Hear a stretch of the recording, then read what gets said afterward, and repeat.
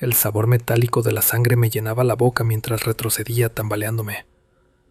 Con una mano apoyada en la mesa de pino que yo mismo había armado años atrás en nuestra sala de Mérida. Frente a mí, mi hija Lucía permanecía con los puños cerrados, el pecho subiendo y bajando con furia contenida.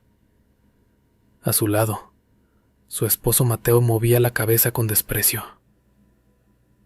«Tú solito te lo buscaste, don Ernesto», escupió con tono burlón. «Si hubieras firmado la hipoteca como un padre decente, nada de esto habría pasado». La mejilla me ardía donde Lucía me había golpeado.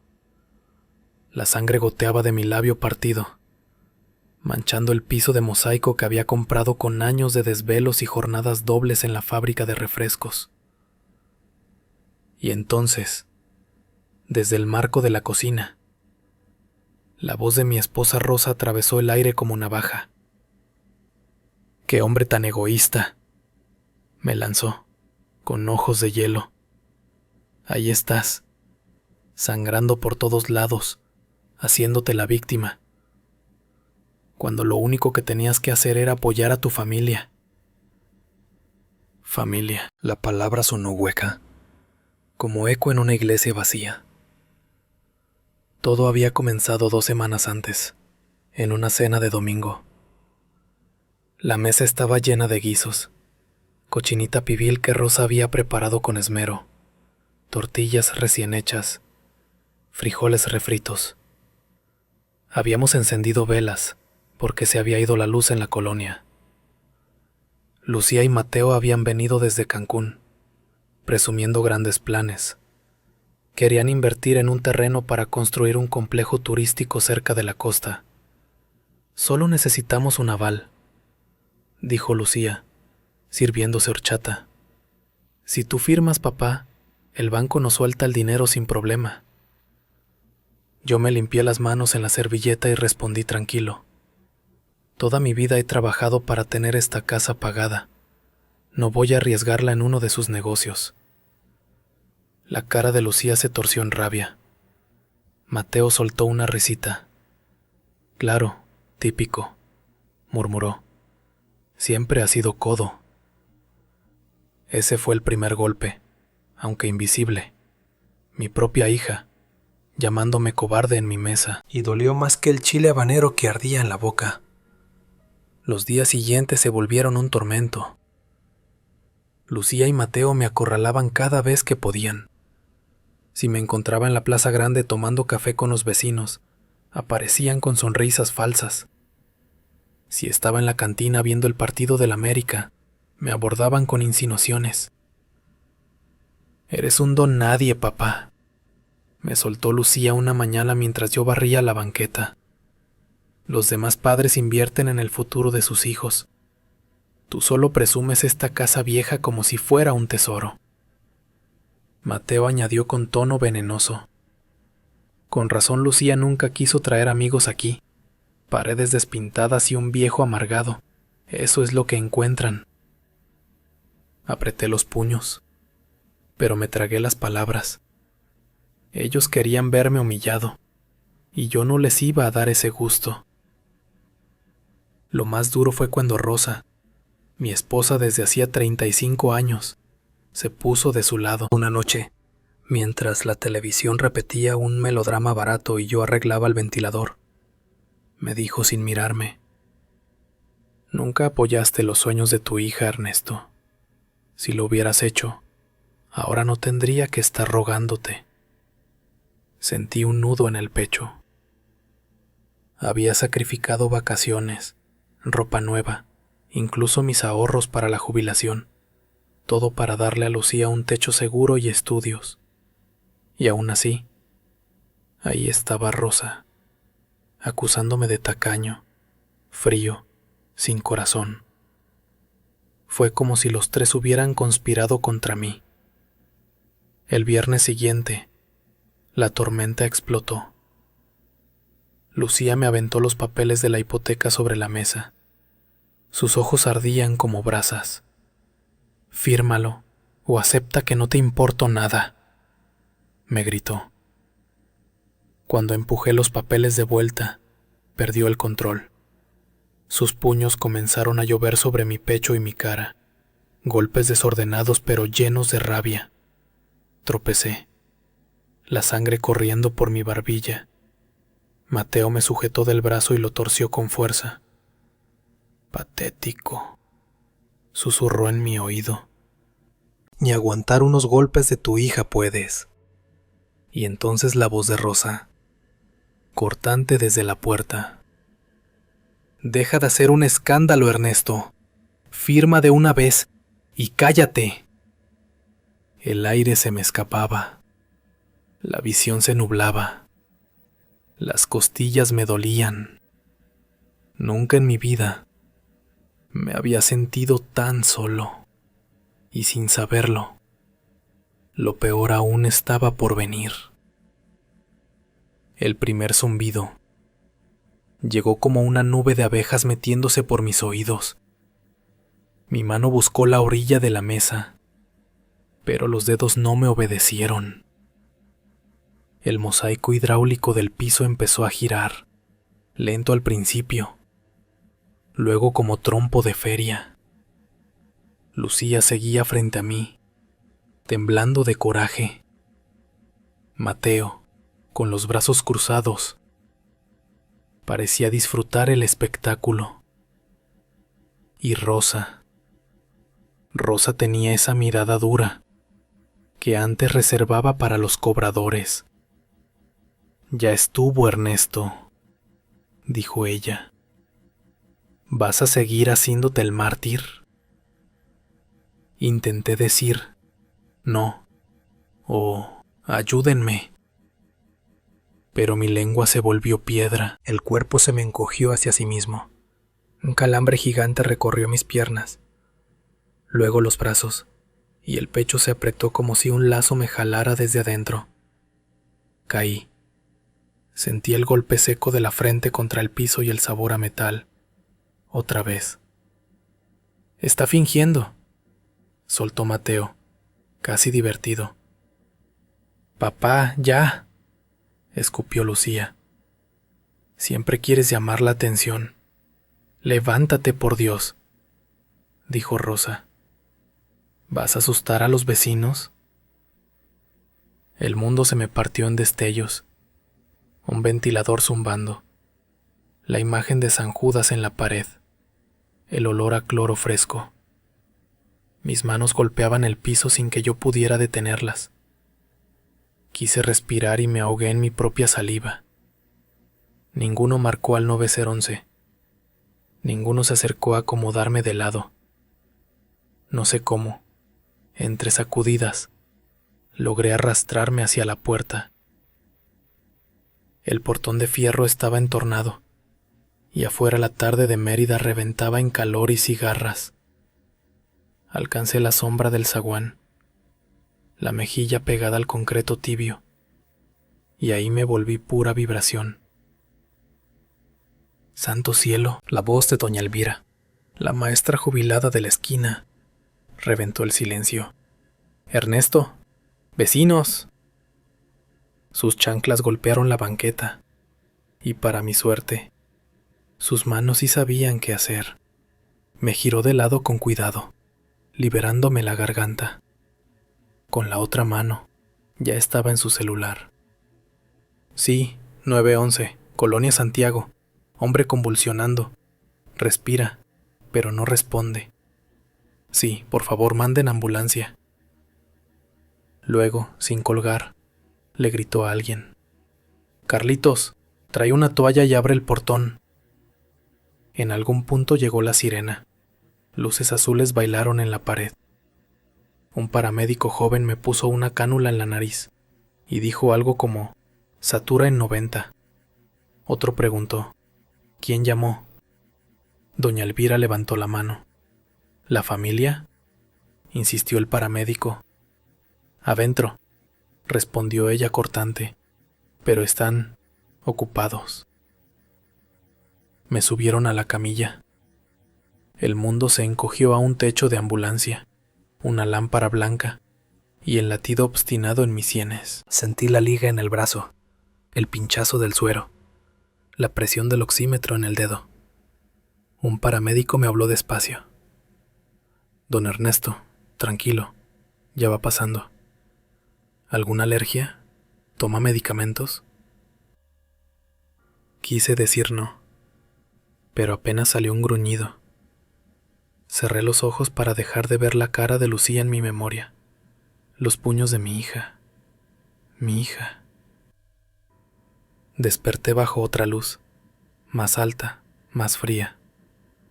El aire olía a yodo y a café recalentado. Un ventilador industrial hacía vibrar el plafón. La placa en la pared me dijo dónde estaba.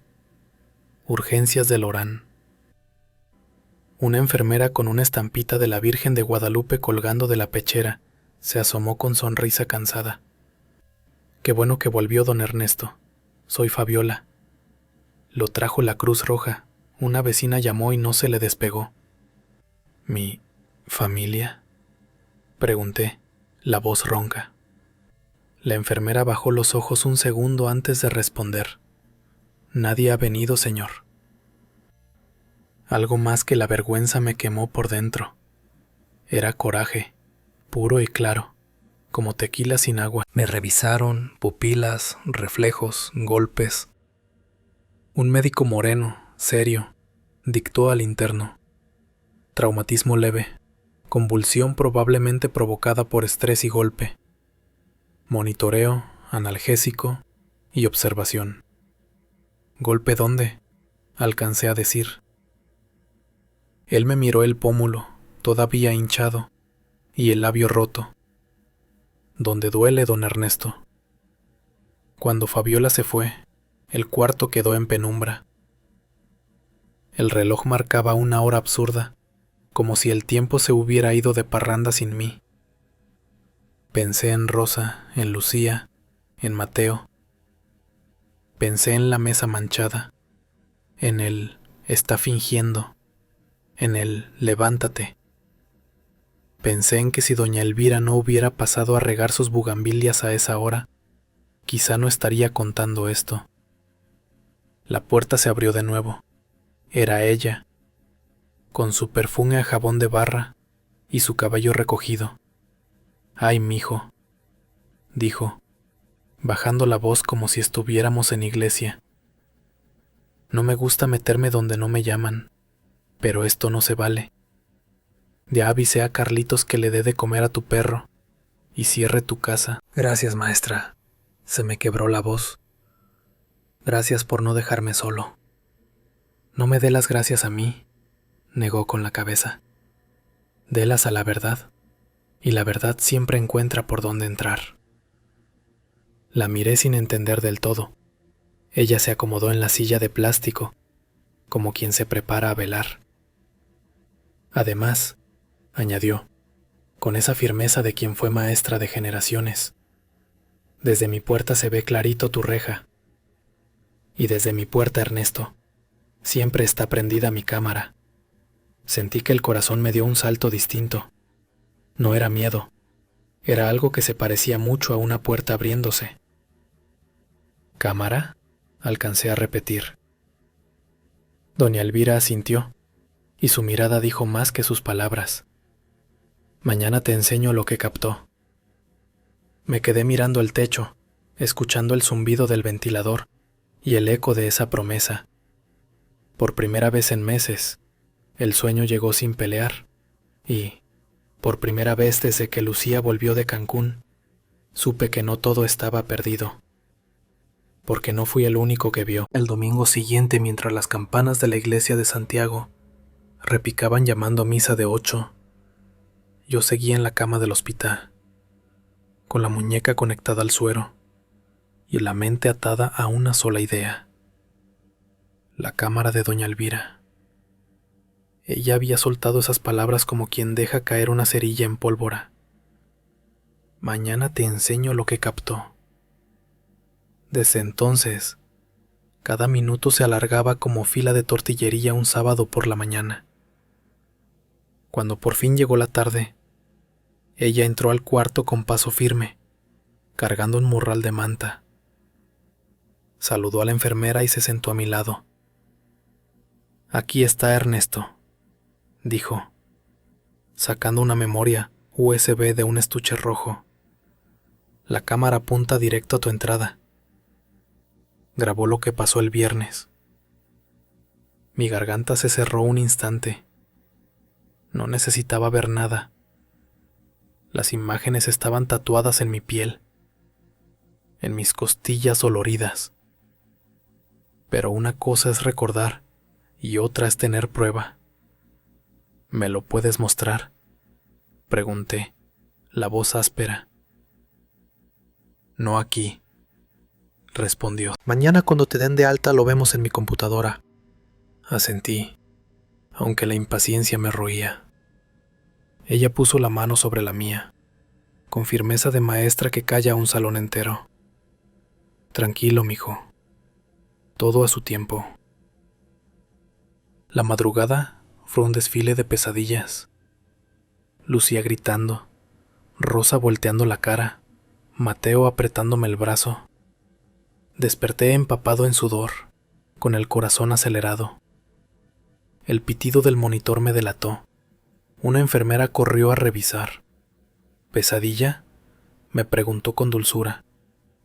«Peor», le respondí. «Recuerdos». Al día siguiente me dieron de alta con reposo recomendado y una bolsa de medicamentos. Afuera me esperaba doña Elvira, sentada en la banca con un sombrero de palma y un abanico de tela. Me llevó hasta su casa, apenas a media cuadra de la mía. El olor a café de olla llenaba el aire. Su sala estaba adornada con fotos de generaciones de alumnos, diplomas y una cruz de madera en la pared. En medio, su computadora portátil aguardaba encendida. «Siéntate», me indicó. «Esto no va a ser fácil». Respiré hondo y asentí. Ella dio play. La pantalla mostró mi portón, iluminado por la luz amarillenta del farol.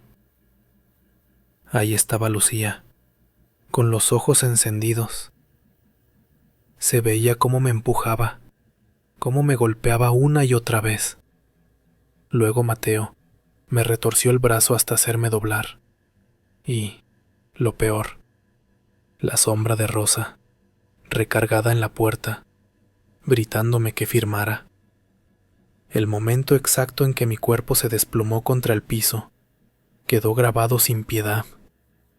La convulsión, el intento desesperado por respirar, mi caída arrastrándome hacia afuera. Ellos tres, quietos, sin moverse, sin ayudar. «Suficiente», murmuré y cerré los ojos. «No, Ernesto, mira hasta el final», insistió ella. En el video se veía cuando yo alcanzaba el zaguán. Y luego, mi cuerpo agitándose en la banqueta, mientras ellos adentro no hacían nada. Al final, la figura de doña Elvira aparecía corriendo, teléfono en mano. Me llevé las manos a la cara. «Me dejaron morir», susurré. «No te dejaron», me corrigió ella con firmeza. «Tú estás aquí, y ahora tienes la verdad en tus manos». Horas después, ya en mi casa, me encontré con un silencio espeso. Rosa no estaba. Ni Lucía ni Mateo habían regresado desde el viernes. La mesa seguía manchada, como altar macabro de lo ocurrido. Me senté y abrí la bolsa de medicamentos. Pastillas para el dolor, jarabe para la tos nerviosa, nada que calmara el hueco en el pecho. Pensé en mi vida de obrero en la planta, en los turnos dobles, en cada peso que guardé para que Lucía estudiara. Pensé en Rosa, que alguna vez fue mi cómplice en todo, y ahora parecía enemiga. Pensé en el orgullo que me quedaba, mi nombre, mi dignidad, mi historia. Fue en ese instante cuando sonó la puerta. Era Kelly. mi viejo compañero de la fábrica. Venía con camisa manchada de grasa y la misma sonrisa pícara de siempre, aunque sus ojos se llenaban de preocupación. Me enteré en la cantina, compadre, dijo sin rodeos. Dicen que tu hija te hizo la vida imposible y que acabaste en el hospital. No supe qué responder. Él me dio una palmada en el hombro. No dejes que te hundan, Ernesto. Tienes pruebas, ¿no? Úsalas. Júntalas todas. El video, las recetas, las fotos de tus golpes. Que sepan quién eres de verdad. Me quedé callado, pero dentro de mí algo comenzó a prenderse. No era rabia solamente, era la semilla de la revancha. ¿Y si nadie me cree?, pregunté. Kelly soltó una carcajada breve. Pues muéstrales la película completa, compadre, y que hablen las imágenes. Sus palabras resonaron fuerte. Quizá era hora de no callar más. Esa noche, mientras el calor no daba tregua y los perros ladraban a lo lejos, me prometí algo. Reuniría todas las pruebas. El video de doña Elvira, mis registros médicos, las fotos de mis heridas, incluso las mentiras que Lucía ya andaba publicando en redes sociales. No iba a quedarme como víctima.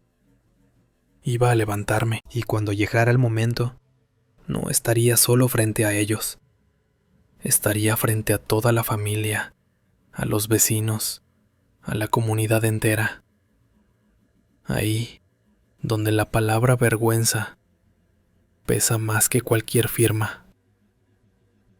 La noticia corrió como pólvora en la colonia. A Ernesto le dio un ataque porque su hija lo hizo enojar. Así lo murmuraban las vecinas en la tortillería.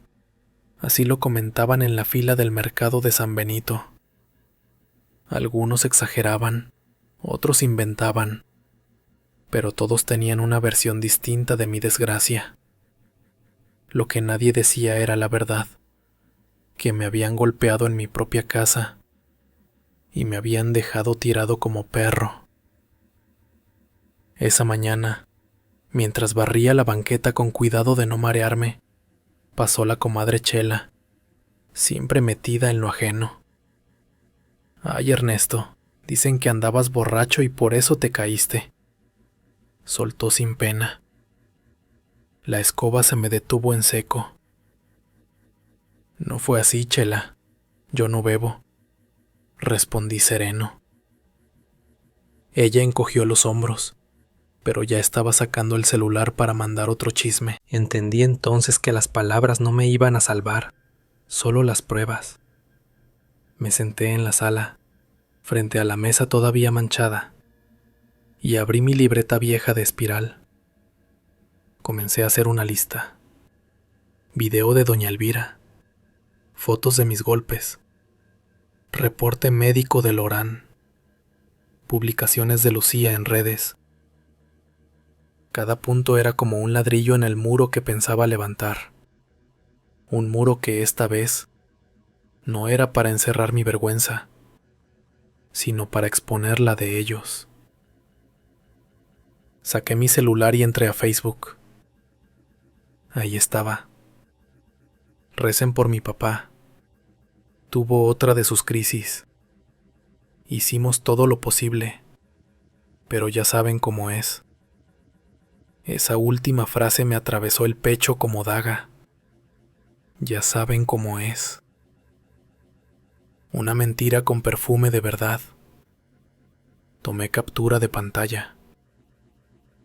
Por la tarde, doña Elvira me llevó al cibercafé de la esquina, atendido por un muchacho con cabello teñido de azul. Le pedimos que descargara el video en varias copias, con fechas y respaldos. El chavo, intrigado, no preguntó mucho. Aquí está en USB y en la nube, don Ernesto, dijo. Nadie se lo puede borrar. Guardé la memoria en el bolsillo como quien guarda un arma. Esa noche, Rosa regresó. Olía a perfume caro, distinto al de siempre. Entró a la cocina sin saludar. Yo estaba sentado en el comedor, esperándola. ¿Dónde estabas?, pregunté.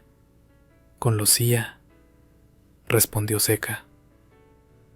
Está muy dolida contigo. ¿Dolida ella? Me reí amargamente. Si fue ella la que me golpeó. Rosa me miró con desprecio, como si yo fuera el culpable. Siempre fuiste un egoísta, Ernesto. ¿No entiendes que ella solo quiere salir adelante? ¿Y dejarme muerto en el piso es salir adelante? No contestó. Se sirvió un vaso de agua y se fue a la recámara. En ese silencio entendí que ya no la tenía de mi lado. Quizá nunca la tuve. El lunes, Kelly volvió a visitarme con una botella de refresco y pan dulce. Se sentó frente a mí, como en los viejos tiempos en la fábrica, cuando planeábamos cómo soportar otro turno de 12 horas. Ya tienes todo, me dijo. ¿Y ahora? Voy a reunir a la familia, le respondí. Pero no solo a Lucía y a Rosa, también a mis hermanos, a mis sobrinos, a los primos. Que todos vean con sus propios ojos. Kelly sonrió, orgulloso. Eso, compadre, que el juicio sea público. Los días siguientes me dediqué a preparar el terreno. Llamé a mi hermano Julián, que vive en Progreso. Ven el domingo, necesito hablar con todos. ¿Pasó algo grave?, preguntó él. Más grave de lo que imaginas, pero prefiero que lo veas. También invité a mis sobrinos, a mi tío Lázaro, incluso al padre Gabriel, que oficia en la parroquia. No quería venganza secreta, quería justicia frente a la comunidad. La víspera de la reunión, me quedé despierto hasta tarde. Afuera, la colonia estaba tranquila, los perros dormidos, la luna llena iluminando las bugambilias de doña Elvira. Dentro de mí, en cambio, la tormenta no cesaba. Pensé en Lucía de niña, corriendo en esta misma casa con trenzas despeinadas, riéndose cuando le compraba marquesitas en la plaza. Pensé en Rosa, joven, bailando conmigo danzón en la feria. ¿En qué momento se torció todo? ¿En qué momento el amor se volvió deuda y reproche? Me levanté y abrí la ventana. El aire caliente me pegó en la cara, pero me dio fuerza. Mañana, murmuré. Mañana la verdad sale a la luz. Cuando cerré los ojos, vi la escena otra vez. Lucía levantando el puño, Mateo apretándome, Rosa gritando, pero esta vez, al fondo, también vi algo distinto. Las caras de mis hermanos, de mis vecinos, de todos mirando, y comprendí que el peso de la vergüenza podía cambiar de hombros. La palabra familia ya no me parecía un eco vacío. Mañana, esa misma palabra sería el escenario del juicio que esperaba desde hacía años. Y no pensaba perder. El domingo amaneció con un calor pegajoso, de esos que no dan tregua ni a las 8 de la mañana. Me levanté temprano, barrí la banqueta y preparé café de olla. Cada movimiento era una manera de templar los nervios, porque sabía que lo que estaba por suceder marcaría un antes y un después. Poco a poco fueron llegando. Mi hermano Julián apareció con su esposa y 2 de sus hijos. Traía guayabera blanca, siempre impecable, como si se vistiera para dar ejemplo. Luego llegó mi tío Lázaro, ya encorvado pero con la voz todavía recia. Mis sobrinos, mis primos, algunos vecinos cercanos, Hasta el padre Gabriel se presentó, con sotana ligera y un sombrero para cubrirse del sol. La sala se fue llenando de murmullos y saludos. Lucía llegó tarde, de la mano de Mateo, con gafas oscuras y ese aire de superioridad que se había vuelto costumbre. Rosa entró detrás de ellos, sin mirarme, como si yo fuera un extraño. ¿Y bien?, dijo Lucía con tono desafiante. ¿Qué es esta reunión? Me aclaré la garganta. Es para hablar de familia, de lo que pasó en esta casa el viernes. Los murmullos se detuvieron, todos me miraban. Lucía rodó los ojos y Mateo soltó una risita burlona. «Otra vez con tus dramas, papá», dijo ella. «Ya basta». «No son dramas», respondí firme. «Son hechos. Y los hechos no se discuten, se muestran». Saqué la memoria USB de mi bolsillo. Kelly, que había llegado con discreción y se mantenía junto a la puerta, me ayudó a conectar la laptop. El murmullo volvió, ahora de expectativa. La pantalla iluminó la sala. El video comenzó a reproducirse. Primero, la imagen de mi portón bajo la luz amarilla. Luego, Lucía golpeándome. El silencio se volvió absoluto. Los ojos de mi sobrino se abrieron como platos. Las manos de mi hermano se crisparon sobre las rodillas. Después apareció Mateo, torciéndome el brazo, y Rosa, en la puerta, gritándome que firmara. El instante en que caí al piso fue brutal. Algunos soltaron un «Jesús», y el padre Gabriel se persignó. Mi cuerpo, agitándose en convulsiones, quedó grabado en la memoria de todos los presentes. Finalmente apareció la figura de doña Elvira corriendo con su celular, mientras dentro de la casa nadie se movía. Cuando terminó el video, la sala estaba tan callada que se podía oír el zumbido del ventilador. Después de eso, dije con voz firme, me llevaron al hospital. Aquí están los reportes médicos que confirman el traumatismo. Mostré los papeles con el sello de Lorán. Y aquí, la publicación que Lucía hizo en Facebook. Proyecté la captura de pantalla. Recen por mi papá. Tuvo otra de sus crisis. Hicimos todo lo posible. El cinismo quedó expuesto frente a todos. Julián fue el primero en hablar. «Esto es abuso. Lucía, ¿cómo pudiste?» Lucía se puso de pie, temblando de coraje. «Él está exagerando. Ese video no muestra todo». «Muestra suficiente», intervino el padre Gabriel. «Muestra violencia. Y la violencia en familia es pecado, hija». Mateo intentó hablar, pero las miradas lo hicieron callar. Rosa me fulminaba con los ojos, pero su silencio la delataba. «Ernesto», dijo mi tío Lázaro levantándose con esfuerzo, «tienes todo mi apoyo. Lo que te hicieron no tiene perdón». Una oleada de voces se levantó. «No se vale. Eso no es de familia. ¡Qué vergüenza!». La palabra vergüenza resonó como campanada, rebotando en cada rincón. Lucía gritó: «Todos contra mí, claro. Pero yo solo quería que confiaras en mí». «Confiar no significa entregar mi vida», le respondí. «Te vi techo, educación, todo lo que estuvo en mis manos. Y aún así, me trataste como enemigo». El silencio volvió, pesado. Mateo jaló a Lucía del brazo, murmurando que se fueran. Rosa se quedó quieta, rígida, como estatua. «Esto no termina aquí, Ernesto», dijo ella finalmente, con voz helada. «Te vas a arrepentir de ponerme en ridículo». Me le quedé viendo sin parpadear. No. Los que se arrepentirán serán ustedes, por haber olvidado lo que significa familia.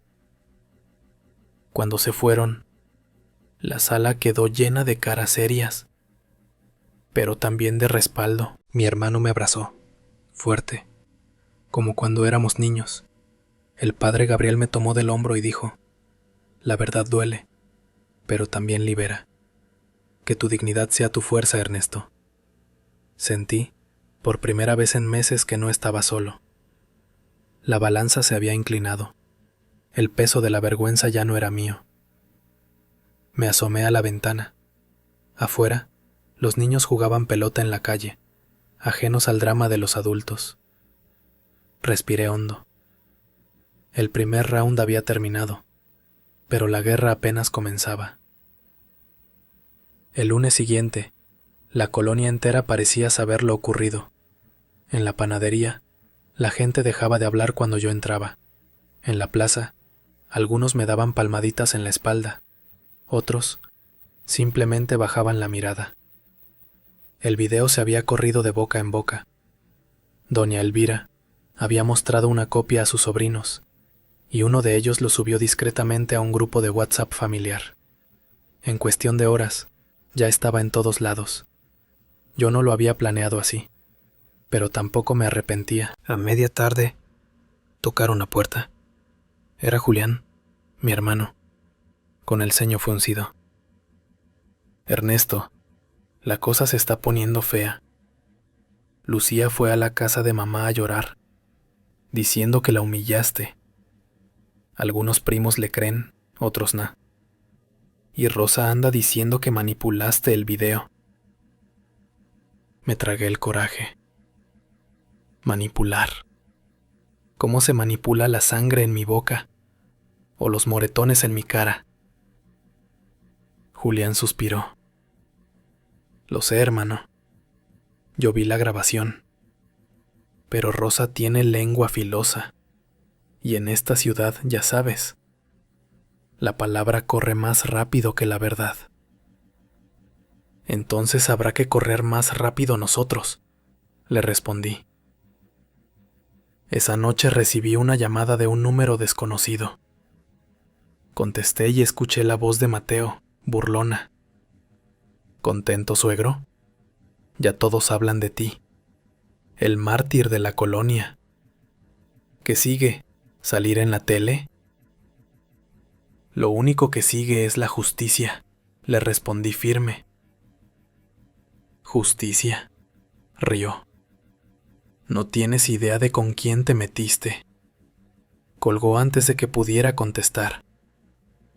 El estómago se me hizo nudo. No solo era la vergüenza pública, ahora era amenaza. Al día siguiente fui a la fiscalía a levantar la denuncia. Entré al edificio gris, con ventiladores que apenas movían el aire caliente. El agente del Ministerio Público, un hombre joven con bigote mal recortado, escuchó mi relato mientras tecleaba lento. ¿Su propia hija lo golpeó?, repitió incrédulo. Así es, y tengo pruebas. Le entregué la USB, las fotos de mis heridas y el reporte médico. Él arqueó las cejas. Con esto sí se arma el expediente. Vamos a iniciar una carpeta de investigación. ¿Quieres solicitar orden de protección? Asentí. Sentí un peso caer de mis hombros. Al menos en papel, ya no estaba indefenso. Esa misma tarde, al regresar a casa, encontré a Rosa esperándome en la sala. Tenía los ojos rojos de tanto llorar, pero su voz seguía siendo de piedra. ¿De verdad fuiste a denunciar a tu propia hija? De verdad ella me golpeó, hasta dejarme convulsionando en el suelo. Eres un desgraciado, Ernesto. ¿Prefieres que la metan a la cárcel antes que ayudarla? Me quedé callado unos segundos. Luego respondí: prefiero salvar mi vida antes que seguir siendo su punching bag. Ella me miró con odio. Me voy de esta casa, dijo. Ya no puedo vivir con alguien tan frío. Recogió unas maletas que ya tenía listas y salió sin mirar atrás. El portazo retumbó en las paredes. El silencio me envolvió. Pero no era vacío. Era libertad. Caminé por la sala, observando las paredes descascaradas, los muebles viejos, las fotos familiares colgadas. Ya no dolía tanto como antes. Ahora esas paredes eran testigos de mi resistencia. Kelly pasó más tarde, con una bolsa de panuchos y cerveza sin alcohol.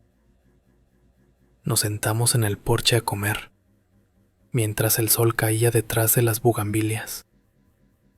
¿Y Rosa?, preguntó. Se fue. Kelly asintió, sin sorpresa. Mira, compadre, hay batallas que se pelean acompañado y otras que se pelean solo. Pero esta ya no la peleas desde el suelo. Ya estás de pie. Brindamos con los vasos de plástico. El sabor era amargo, pero también nuevo. Esa noche acostado en la hamaca, pensé en todo lo que había pasado en tan pocos días. El golpe, la humillación, el video, la reunión familiar, la denuncia. La vida se me había dado vuelta como tortilla en comal. Pero lo que más me sorprendía era sentir algo que hacía mucho no sentía. Esperanza. Por primera vez en años, me dormí sin miedo de que alguien me gritara en mi propia casa. Al amanecer, un gallo cantó en la distancia. Me levanté, me serví café y abrí la puerta. Afuera la calle estaba tranquila. Doña Elvira barría su acera y me saludó con una sonrisa. ¿Ya durmió mejor, don Ernesto? Como un niño, le respondí. Ella levantó la escoba como si fuera bandera. Pues prepárese, porque apenas empieza lo bueno. Y en su voz había algo de advertencia, pero también de certeza. Yo lo sabía. La batalla apenas estaba comenzando. El martes, cuando el sol todavía no terminaba de calentar el pavimento, un patrullero se estacionó frente a mi casa. 2 oficiales tocaron la puerta con firmeza. El corazón me dio un vuelco. Por un instante pensé que venían a arrestar a Lucía o a Mateo, pero la realidad me golpeó distinto. ¿Don Ernesto López?, preguntó uno, alto y con acento campechano. El mismo. Venimos a notificarle la medida de protección. Nadie de los señalados puede acercarse a usted ni a su domicilio. Si lo hacen, llame de inmediato. Firmé los papeles con la mano temblorosa. El documento era un escudo de papel, pero escudo al fin. Cuando cerré la puerta, el silencio de la casa me pareció menos pesado. Ya no era un prisionero en mi propio hogar. Sin embargo, la colonia no dejaba de cuchichear. En la tienda de doña Mari escuché a 2 vecinas susurrar. Qué vergüenza que tu hija te golpee. O qué vergüenza andar denunciando a tu sangre. Las 2 miraron de reojo, sabiendo que yo escuchaba. Sonreí con ironía. Paré mis tortillas y me fui sin responder. En esta tierra, la vergüenza es más fuerte que la justicia. Pero yo estaba dispuesto a romper esa regla.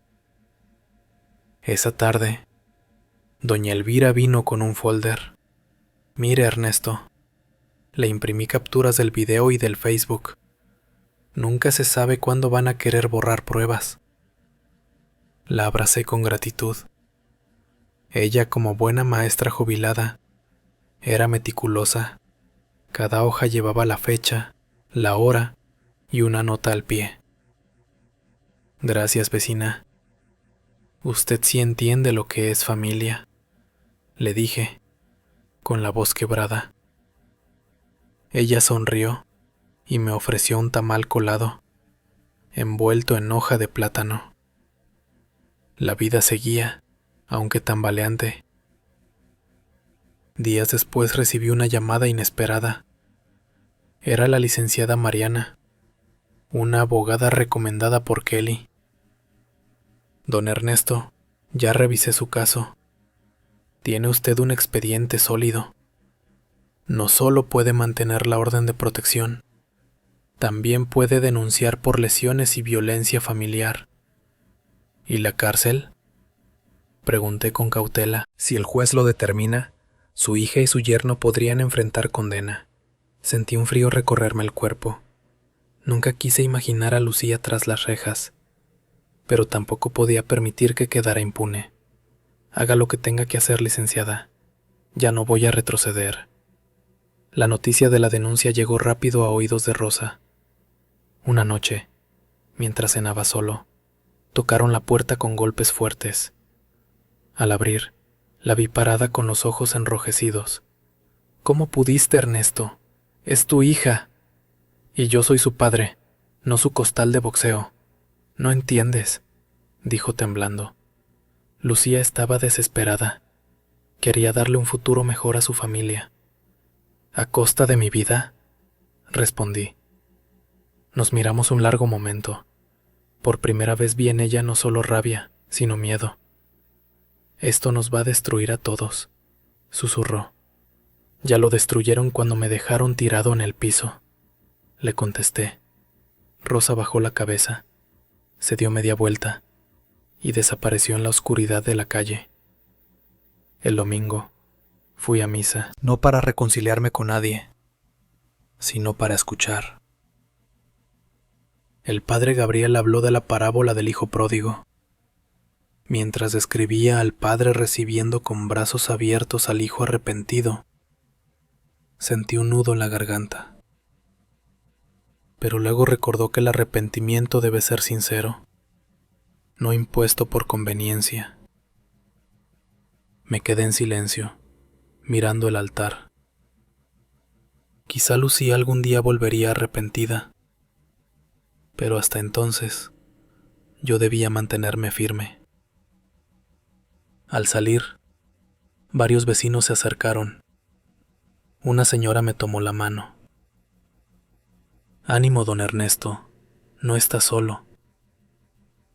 Otro vecino, don Pedro, murmuró. Hizo lo correcto. En estos tiempos, la dignidad no se regala. Sentí una corriente cálida recorrerme. No todos me juzgaban. Algunos en voz baja me respaldaban. Esa noche, Kelly vino otra vez, con una guitarra vieja. Se sentó en mi patio y empezó a tocar un bolero. La música llenó el aire, desplazando la tensión acumulada. ¿Sabes qué, compadre?, dijo entre acordes. Ellos pensaron que eras débil, pero lo que no saben es que cuando a un hombre lo arrinconan, puede sacar fuerza de donde no la hay.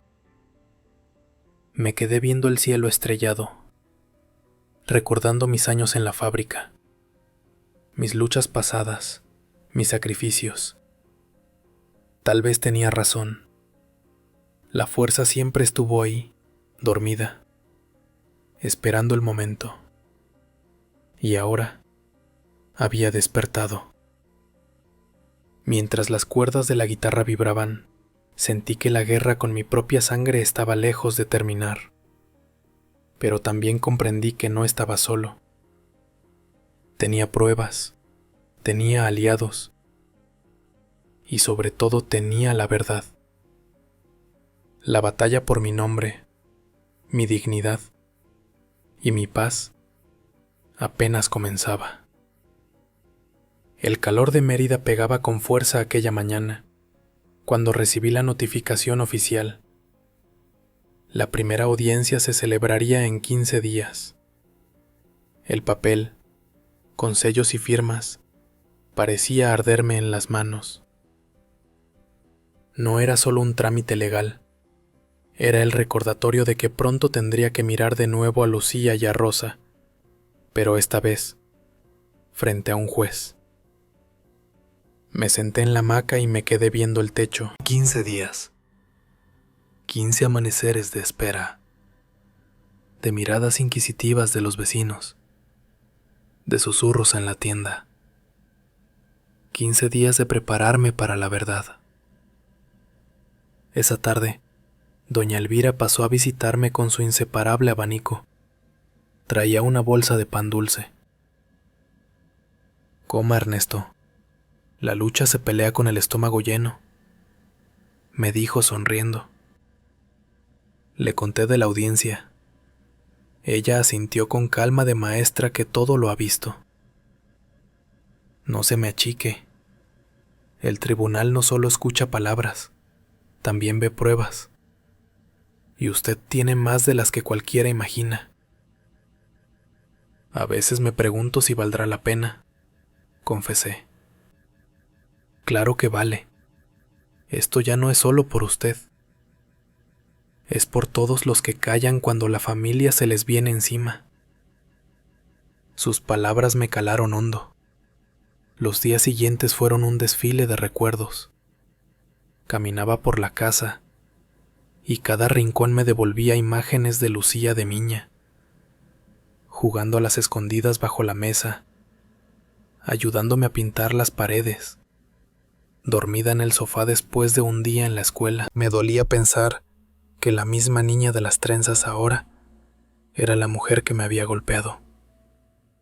En medio de esas memorias, recibí otra llamada anónima. Esta vez no era Mateo, era la voz de Rosa. Ernesto, detén esto. Te lo suplico. Lucía no aguantaría una cárcel. ¿Y yo aguantaría otro golpe? Pregunté, con el corazón apretado. Silencio. Luego un sollozo. Yo no quería que pasara así. Pero si sigues, no habrá vuelta atrás.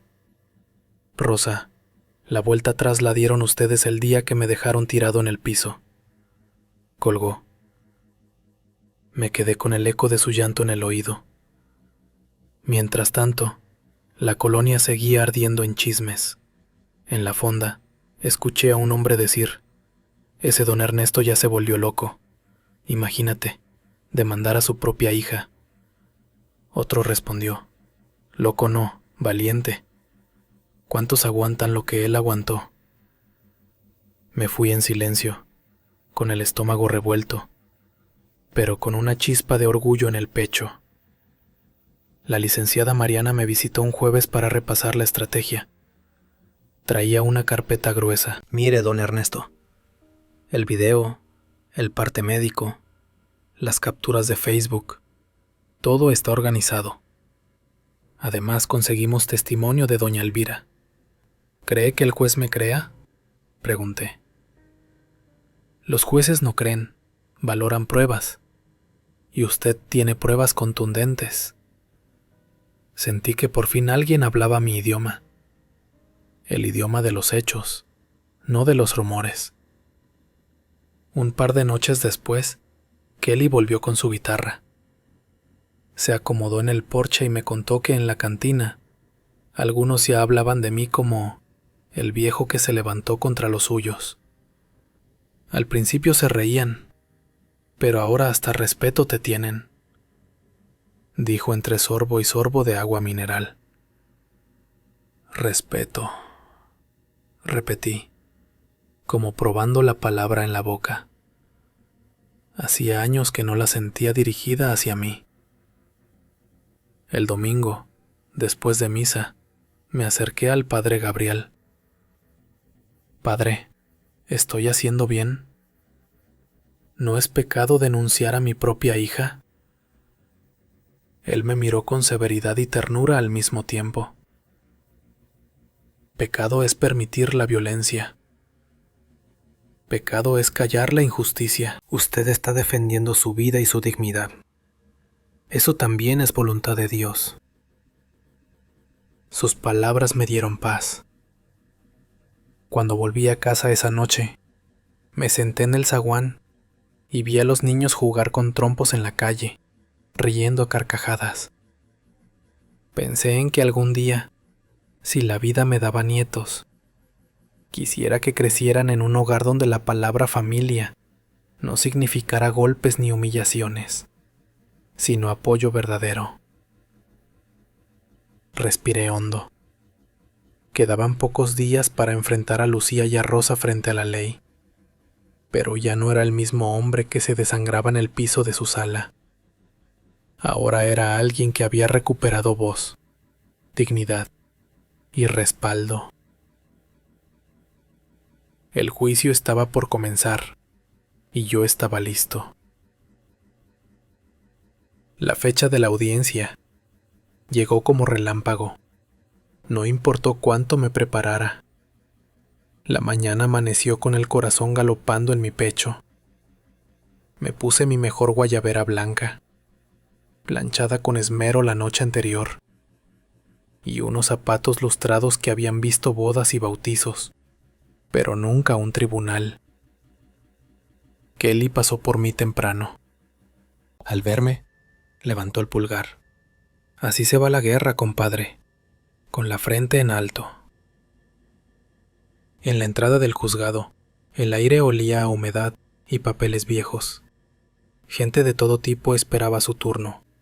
Mujeres con bebés en brazos, hombres con cara de cansancio, jóvenes cabizbajos.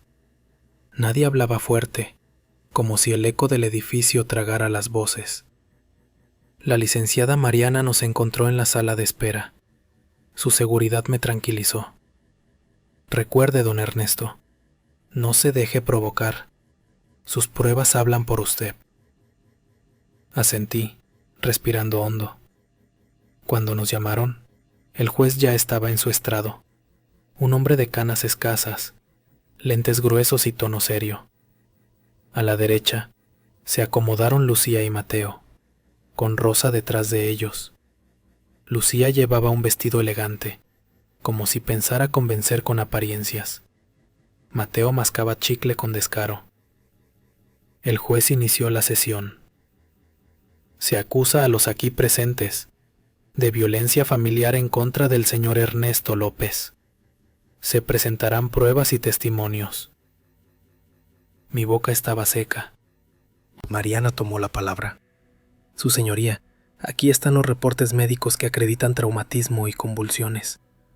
Aquí, las fotografías de las lesiones. Y lo más importante, el video captado por una cámara vecinal.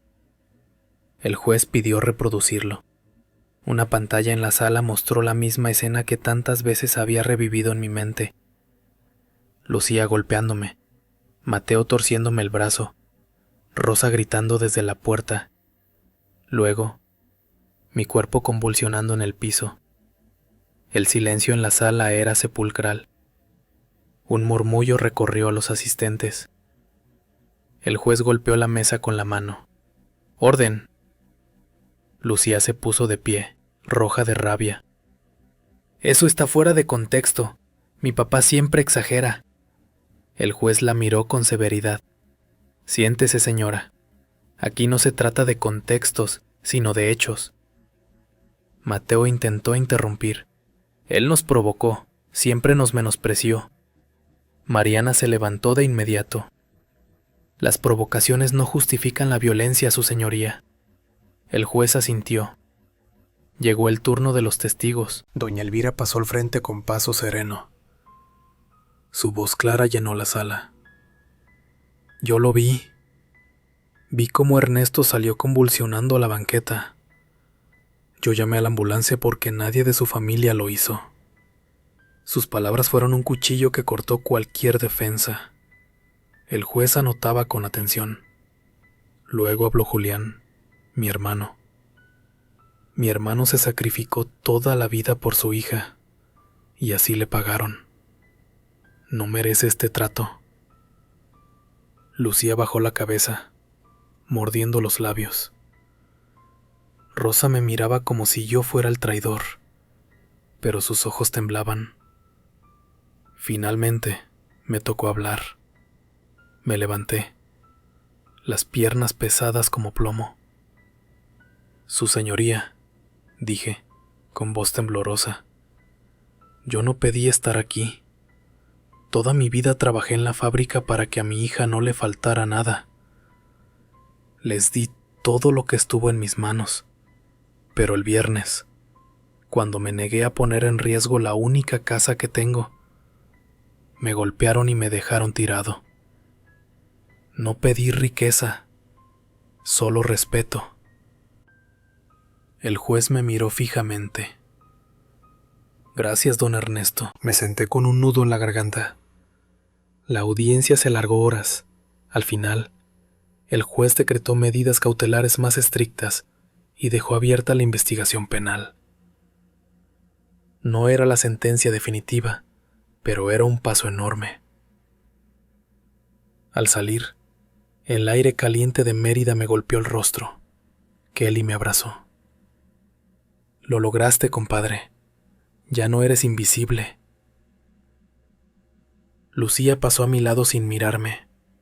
Rosa sí lo hizo.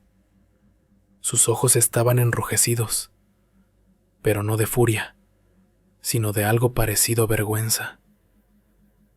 Mateo mascaba chicle todavía, pero su sonrisa se había borrado.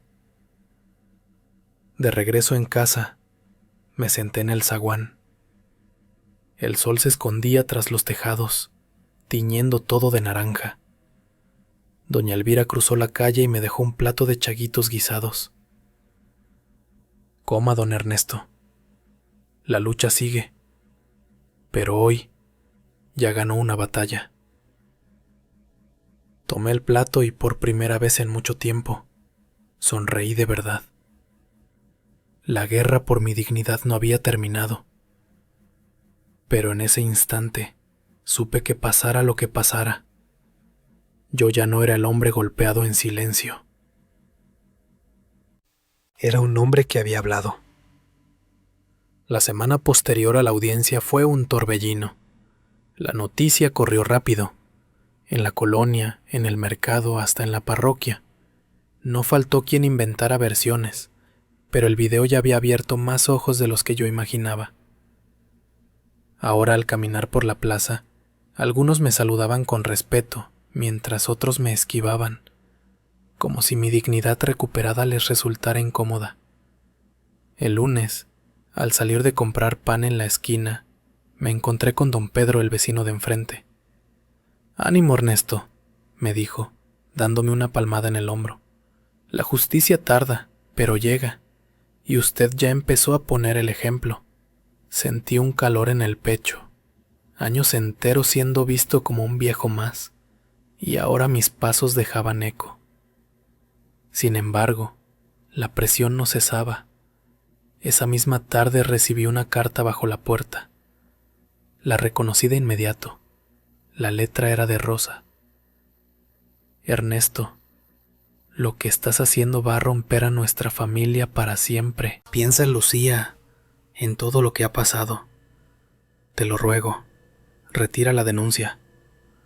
Todavía podemos arreglarlo en privado». Me quedé un rato con la carta en las manos. Pensé en los 35 años de matrimonio, en las fiestas de cumpleaños, en los rezos compartidos en la iglesia. Pero también pensé en el viernes de la golpiza, en su voz llamándome egoísta mientras yo sangraba. Arrugué el papel y lo dejé sobre la mesa. No había vuelta atrás. La licenciada Mariana me llamó para repasar avances. «Don Ernesto, la fiscalía está tomando el caso en serio. Con las pruebas que tenemos y los testigos, es muy probable que consigan vinculación a proceso». «¿Y si intentan manipular?», pregunté. «Que lo intenten. No hay manera de tapar un video y un reporte médico. Su seguridad me sostuvo como bastón. Una noche, mientras cenaba frijoles con huevo, escuché golpes en la puerta. Era Lucía. Venía sola, sin Mateo. Tenía los ojos hinchados, como si hubiera llorado horas. Papá, dijo apenas, la voz quebrada. ¿Podemos hablar? Me quedé helado. La última vez que me había hablado de frente fue para gritarme. Pasa, le respondí con cautela. Se sentó en la mesa, en la misma silla donde me había aventado los papeles de la hipoteca. No vengo a pelear, susurró. Vengo a pedirte que retires todo. Mateo dice que si seguimos, nos van a arruinar. La miré con dolor. Hija, ¿tú entiendes lo que hiciste? Me dejaste en el piso, convulsionando. Ni una llamada de auxilio. Estaba furiosa, murmuró. No pensaste en que podía morir. Ella bajó la cabeza. Lo siento, papá. Por un instante, el viejo instinto de abrazar a mi hija quiso vencerme, pero me contuve. El perdón no borra los hechos, Lucía, y la justicia no se detiene porque uno lo pida de rodillas. ¿Entonces no vas a retirar nada? No. Se levantó bruscamente, secándose las lágrimas con rabia. Pues atente a las consecuencias. Salió dando un portazo. Me quedé mirando el vaso de agua frente a mí, temblando por dentro. No era fácil resistir al amor de padre, pero ya no podía ser el mismo ingenuo. Los días siguieron entre rumores y miradas. En la tienda, escuché a una señora decir: «Ese asunto ya parece novela». Otra respondió: «Pues al menos en esta novela, el protagonista se defendió». Me permití sonreír. El domingo, en misa, el padre Gabriel habló de la palabra dignidad. «Es lo único que nadie debe dejar que le arrebaten», dijo desde el púlpito. «Ni la pobreza, ni la violencia, ni siquiera la sangre». Sentí que esas palabras eran para mí, y vi cómo varios vecinos me miraban de reojo, confirmando que sabían mi historia. Esa noche, Kelly vino de nuevo. Se sentó en el porche con su guitarra. «¿Sabes qué dicen ahora en la cantina?», preguntó. «¿Qué?». «Que Ernesto ya no es el viejo callado, que ahora es el toro de la colonia». Reí, con una risa que hacía años no salía de mi garganta. «Pues que lo digan. Si ser toro significa no dejarme pisotear, lo acepto». Kelly tocó un son, y por primera vez en mucho tiempo, la música no me supo nostalgia, sino a renacer. El proceso legal continuaba, y la guerra familiar aún no estaba resuelta. Pero algo era seguro. Yo ya no era el hombre que ellos pensaban derrotar. El juicio había encendido un fuego nuevo en mí, y ese fuego no se apagaría fácil. Los días se volvieron una mezcla de calma y tensión. Calma porque, por primera vez en años, podía dormir sin sobresaltos, sin escuchar gritos en la madrugada. Tensión porque cada paso en la colonia recordaba que la tormenta seguía ahí, apenas contenida por papeles con sellos y un juez con lentes gruesos. Una mañana, mientras regaba las plantas del zaguán, escuché a dos chamacos jugando a la pelota. Uno gritó: «Yo soy Ernesto, el que se defendió». El otro le respondió: «Y yo soy Mateo, el malo». Solté una carcajada amarga. Mi vida se había convertido en juego de niños, en leyenda de banqueta, y aunque dolía, también era señal de que la verdad ya estaba instalada en la memoria colectiva. Y esa misma tarde, la licenciada Mariana me llamó al teléfono fijo. «Don Ernesto, necesito que venga mañana a firmar unos documentos». Además, me informaron que Rosa presentó una contrademanda. Lo acusa de difamación. Se me cayó el vaso de agua de las manos. ¿Difamación? Si todo está grabado. Así es, pero es una táctica. Quieren presionar para que retire su denuncia. No se preocupe, tenemos cómo responder. Colgué con el estómago hecho nudo. Rosa, mi esposa de décadas, ahora convertida en adversaria legal. Esa noche, mientras trataba de cenar, sonó el timbre. Era doña Elvira, con su infaltable abanico y una bolsa de atole. Me enteré, Ernesto. No se me agüite. En esta tierra, cuando alguien se atreve a levantar la voz, siempre intentan callarlo con demandas y chismes. Pero es Rosa, le dije, casi en un susurro. La mujer con la que construí todo esto. Doña Elvira me miró con firmeza. Las personas muestran quiénes son en la tormenta, y usted está viendo su verdadero rostro.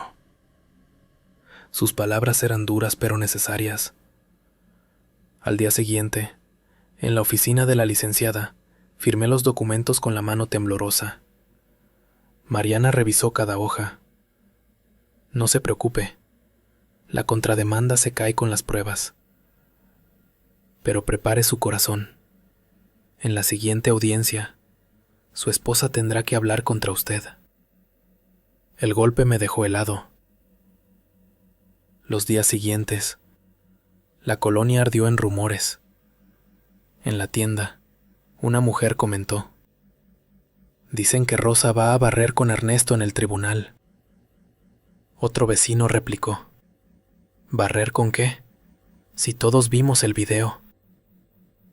Yo me mantenía en silencio, pero por dentro la lucha era brutal. No era fácil aceptar que la mujer con la que compartí vida y mesa ahora planeaba hundirme. Un sábado por la tarde, recibí otra visita inesperada. Era mi sobrino Miguel, muchacho inquieto que siempre andaba en redes sociales. Tío, mire esto, me mostró en su celular. Era una publicación de Lucía. Una foto suya llorando, con un texto: mi propio padre me quiere ver en la cárcel. No sé qué hice para merecer tanto odio. Los comentarios eran una batalla campal. Algunos la defendían, otros la acusaban de hipócrita. Yo me quedé mudo. Tío, dijo Miguel, no se deje. La gente joven sabe lo que pasó. Todos vimos el video.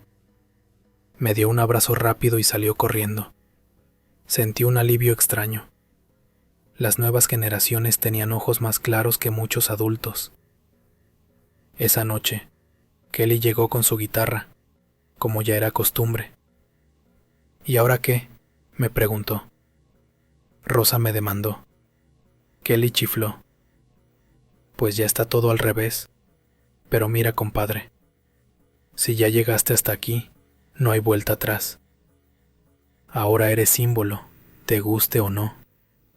¿Símbolo de qué?, pregunté cansado. De que la dignidad no se negocia, ni aunque la sangre lo pida. Me quedé en silencio, mirando las estrellas sobre el patio. Tenía razón. Ya no era solo mi pelea, era la de todos los que alguna vez se quedaron callados frente a los suyos por miedo al qué dirán. Antes de dormir me miré al espejo. El labio ya había sanado. La hinchazón en la mejilla había bajado. Pero en mis ojos vi algo nuevo. Una fuerza que no recordaba desde la juventud. Que venga lo que tenga que venir, me dije en voz baja. No volveré a ser silenciado. La guerra familiar se tornaba cada vez más dura, pero yo estaba decidido a resistir hasta el final. El día de la nueva audiencia amaneció con el cielo encapotado, como si hasta el clima quisiera anunciar tormenta. Desayuné apenas un café negro y un pan duro. El estómago estaba demasiado tenso para recibir más. Me puse de nuevo mi guayabera blanca y salí rumbo al tribunal con Mariana y Kelly. que se ofreció a acompañarme aunque no tuviera nada que ver legalmente.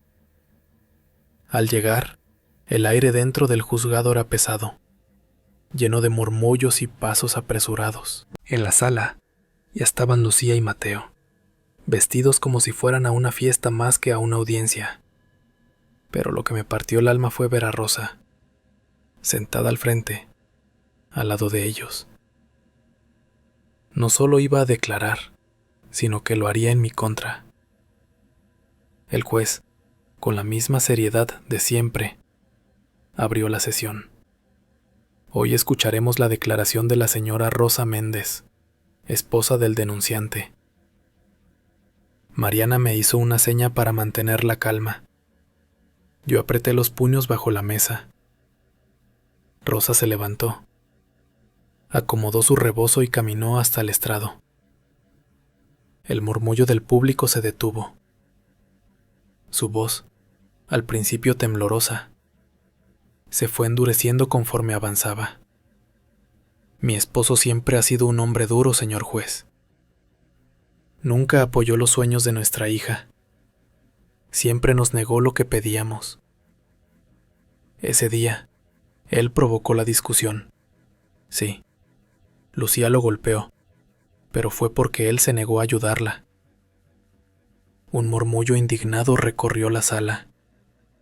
Yo sentí un fuego en el pecho, pero permanecí en silencio. Mariana pidió intervenir. Su señoría, la testigo admite la agresión.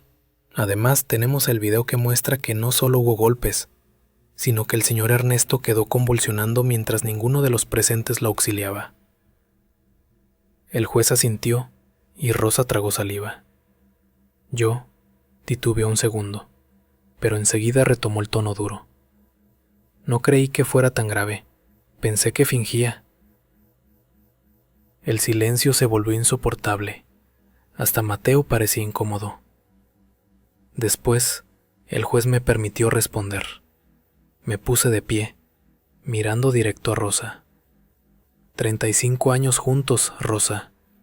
¿Y hoy dices que fingí? El hospital no miente. El video no miente. Tú me viste temblar en el piso. Y aún así, dices que era teatro. Ella bajó la mirada. Por un instante creí ver lágrimas, pero enseguida volvió a endurecerse. Yo solo defendí a mi hija.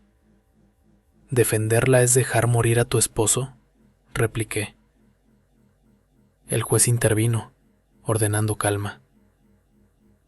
Cuando terminó la audiencia, salimos al pasillo.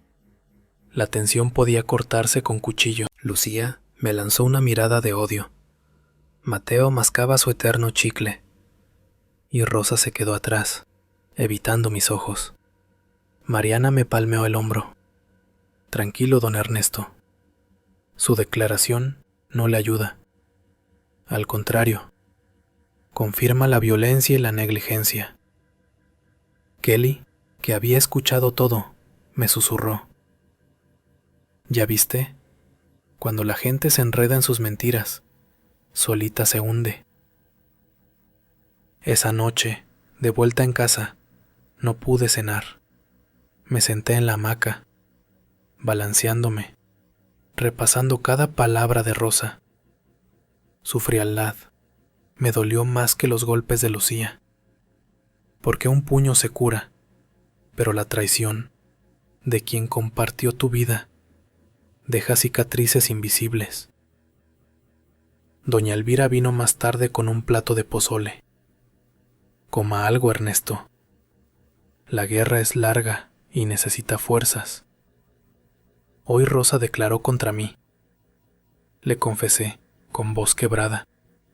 Ella suspiró, moviendo el abanico. Mire, mijo, cuando uno defiende la verdad, hasta la gente que uno ama se puede volver enemiga. Pero no se raje. Usted ya está caminando, y muchos lo están mirando. Sus palabras me devolvieron un poco de calma. Los días siguientes, la colonia estuvo dividida. Algunos defendían a Lucía y a Rosa, Otros me respaldaban. En el mercado, escuché a un hombre decir: «Ese Ernesto es valiente».